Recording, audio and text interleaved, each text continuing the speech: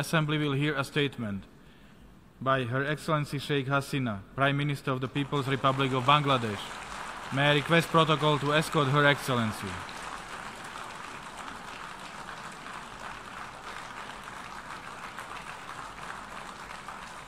I have great pleasure in welcoming the Prime Minister of the People's Republic of Bangladesh, Her Excellency Sheikh Hasina, and I invite her to address the General Assembly.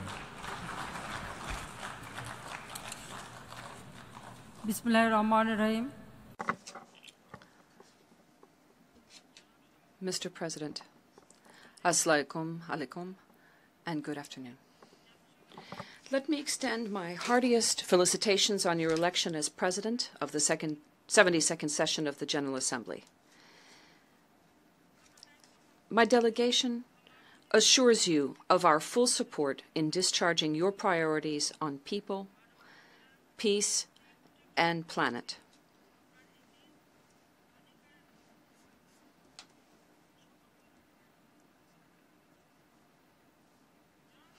Mr. President, this is the 14th time I am addressing the UN General Assembly, and this time I have come here with a heavy heart. I have come here just after seeing the hungry, distressed, and hopeless Rohingyas from Myanmar, who took shelter in Cox's Bazar, Bangladesh. This forcibly displaced people of Myanmar are fleeing an ethnic cleansing in their own country where they have been living for centuries. I can feel their pain as I, along with my younger sister, had been a refugee for 6 years after my father, the father of the nation of Bangladesh, Bangabandhu Sheikh Mujibur Rahman, and almost all members of my family were assassinated in 1975.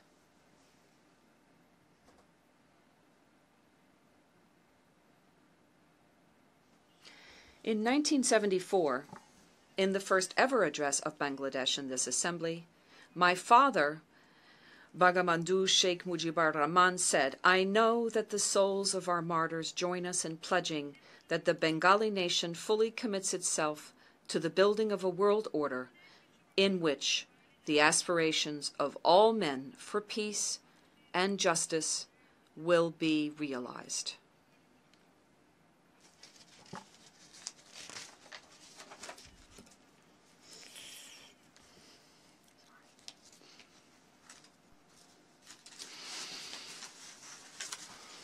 Mr. President, we are currently sheltering over 800,000 forcibly displaced Rohingya from Myanmar. The ongoing atrocities and human rights violations in the Rakhine state of Myanmar once again aggravated the situation at the Bangladesh-Myanmar border.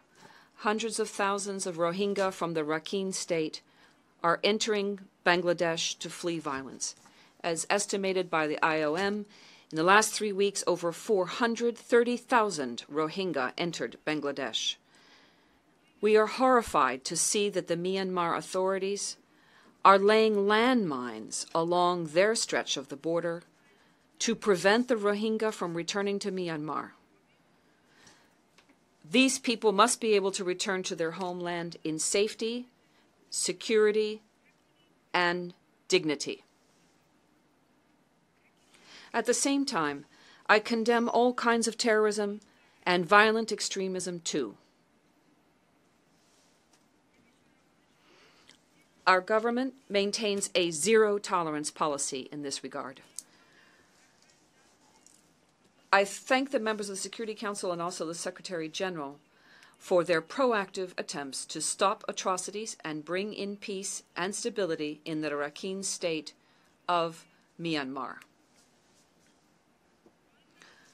I further call upon the United Nations and the international community to take immediate and effective measures for a permanent solution to this protracted Rohingya crisis.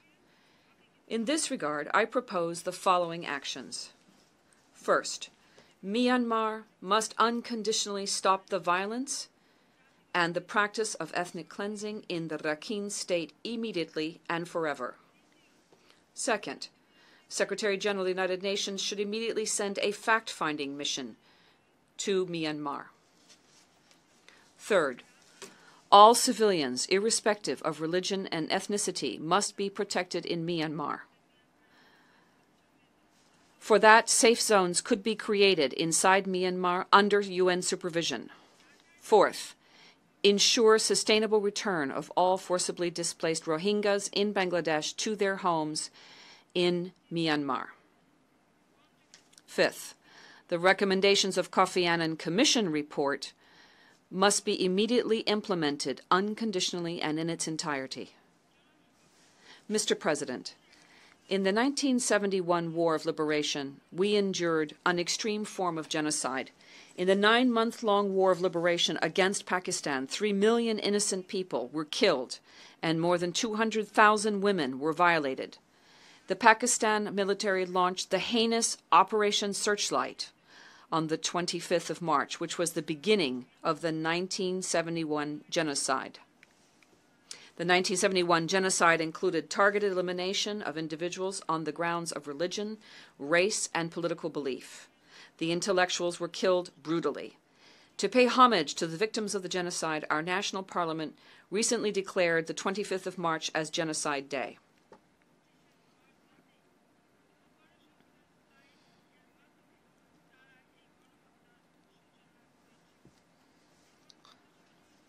In Bangladesh, we have already undertaken the daunting task of bringing the key perpetrators to justice through the International Crimes Tribunal.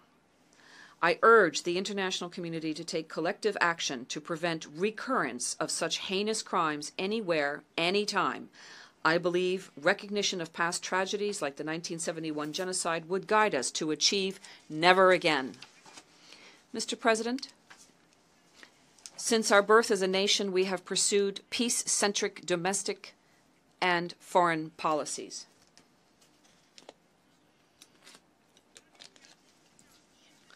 Mr. President, as I said before, since our birth as a nation, we have pursued peace-centric domestic and foreign policies. With that spirit, Bangladesh has been taking the lead in tabling the resolution on culture of peace every year in the General Assembly since the year 2000. We reaffirm the call for resuming the Middle East process and for ending all forms of hostility and discrimination against the brotherly Palestinian people.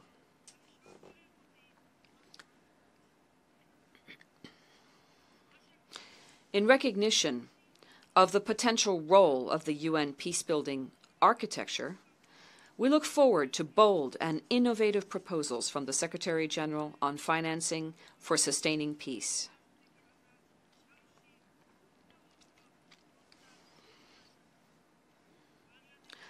I am pleased to announce a token contribution from Bangladesh of $100,000 for the UN Peacebuilding Fund. Mr. President, as a major troop and police contributing country, Bangladesh underscores the importance of upholding effectiveness and credibility of UN peacekeeping operations.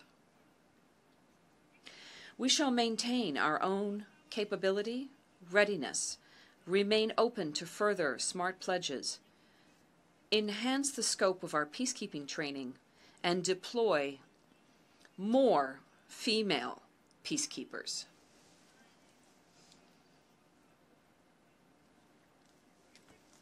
We maintain a zero-tolerance approach to any allegation of sexual exploitation and abuse. As an endorser of the Voluntary Compact on Sexual Exploitation and Abuse, I have committed myself to the Secretary General's circle of leadership to combat this scourge. I am also pleased to announce a token contribution of $100,000 to the Victims Support Fund established for this purpose. Mr. President, terrorism and violent extremism have become a major threat to peace, stability, and development. Terrorists have no religion, belief, or race. Having been a target of a number of terrorist attacks myself, I personally empathize with the victims of terrorism and appreciate their need for protection. We denounce the use of religion to justify violent extremism. I have involved families, women, the youth, the media, and religious leaders at the community level to offset the spread of violent extremism. In this regard, I reiterate my calls. First, stop supplying arms to the terrorist. Second, stop terrorist financing. And third, settle all international disputes peacefully. I also urge the UN to address the growing threats emanating from the cyberspace to prevent money laundering, terrorist financing, and other transnational organized crimes.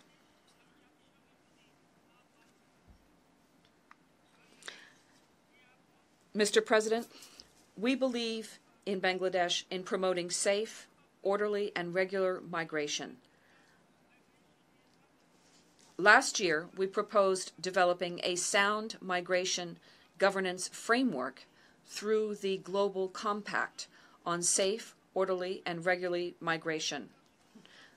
I am pleased that currently the UN is delivering on the formation of the compacts for migration and refugees.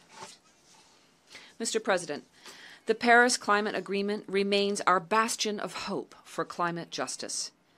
By recognizing climate vulnerability, we are building resilience against the grave impact of climate change. We believe in the potential of the green economy in advancing the conservation and sustainable use of oceans and seas, the blue economy. Bangladesh has achieved exemplary success in building resilience against flood and other disasters. Crop intensification and invention of water-resistant crops have helped us achieve self-sufficiency in food. We have efficiently responded to the massive flood that struck the entire South Asian region this year. As a member of the High-Level Panel on Water, I attach high priority to implementing its comprehensive action plan. Bangladesh has ensured safe access to water for 87% of its population by 2015, and we aim for full coverage of access to safe water for our population by 2030. We believe that there are close interfaces between peace and stability and development. We share the conviction that addressing poverty, hunger, illiteracy, unemployment, and inequality is crucial. It is crucial for building peaceful, just, and inclusive societies.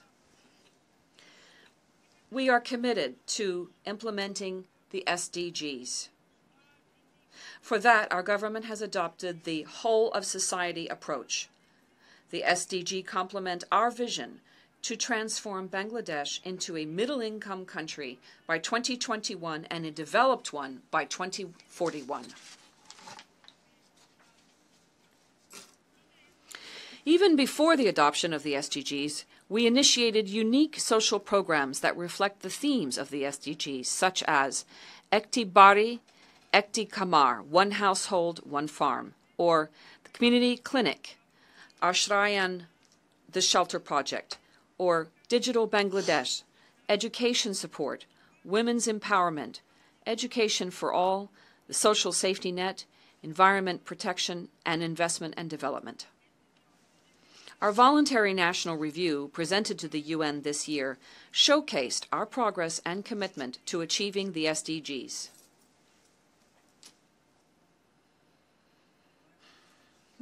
In 2016 to 2017, Bangladesh's economy posted a GDP growth rate of over 7.24%, and our foreign currency reserve reached $32.1 billion.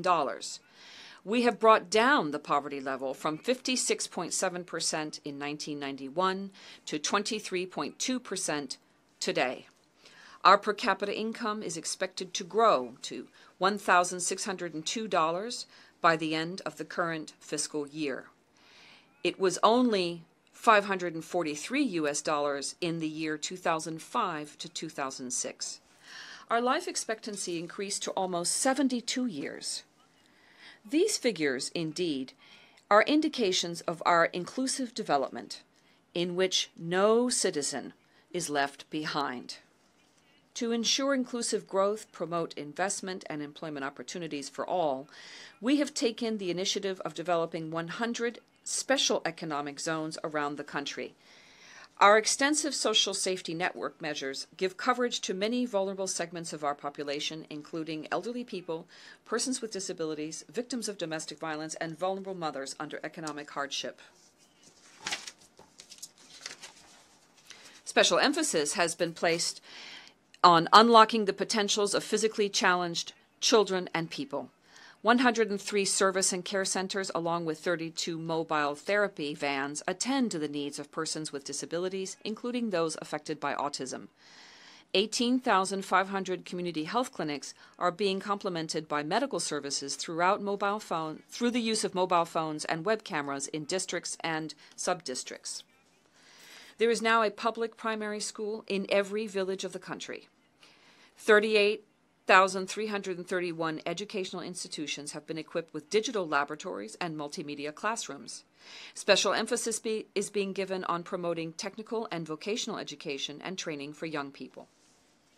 Mr. President, our youth are the main movers in realizing my vision for a knowledge-based digital Bangladesh.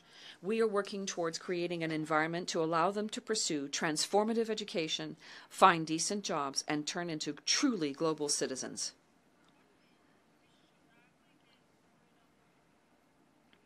I am happy to announce that Bangabandhu Satellite 1, which is our first ever satellite, is scheduled to be launched this year on our Victory Day, 16 December. Mr. President, to conclude, I would like to say we do not want war. We want peace. We want people's well-being, not destruction of humanity. We want sustainable development. Let this be our collective goal. I thank you. Long live Bangladesh.